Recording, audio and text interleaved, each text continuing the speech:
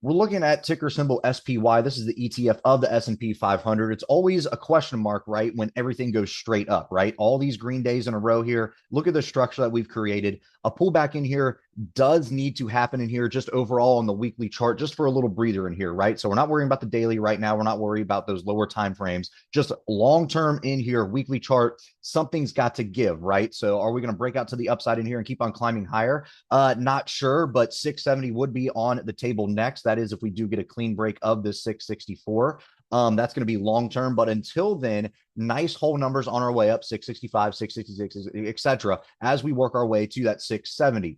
Now, if we cannot hold this 664, if we do end up breaking out of it in here, then we're going to get a pullback in here, and we're looking right around at that 658. That was a nice level for us to kind of bounce off of this past week. So that is a level where you had a lot of touch points in here, especially on those lower time frames. But overall, that's kind of what we're looking here on, or looking at here on the weekly chart. Anything below there, it is going to be this lower trend line or this 652, whichever one does come up here for us next. So the overall volatility in here is sitting at 12. So a lot of volatility getting sucked out. I know that we had an expansion and contraction, especially this past week with Powell speaking and things like that. But overall, your VIX is down, your market's climbing higher. That's always a question mark. That's always a problem, right? So we have to kind of not really get scared in here. We're not very bearish overall, but just we have to kind of hedge ourselves a little bit in here and kind of see what's going on in here. But overall, in this weekly chart, you can't just continue to go straight up like this, vertical, right? You can't just go straight up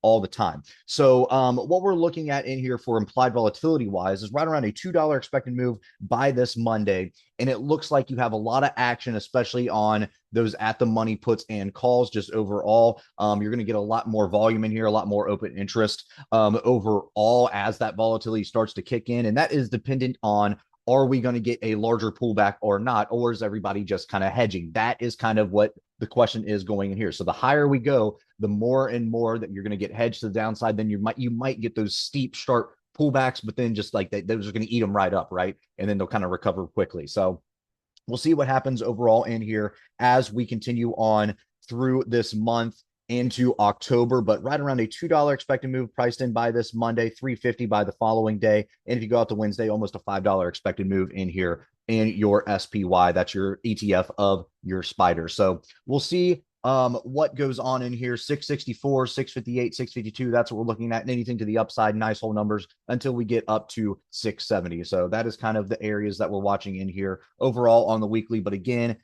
we have to question ourselves in here. What is going to give? What is going to make that volatility expand for us just a little bit, so we're not super overextended overall in the overall markets, right? So that is what we're looking at in here: 664, 658, and 652. So we'll see what happens if we're going to gap up or down on Monday for the overall market.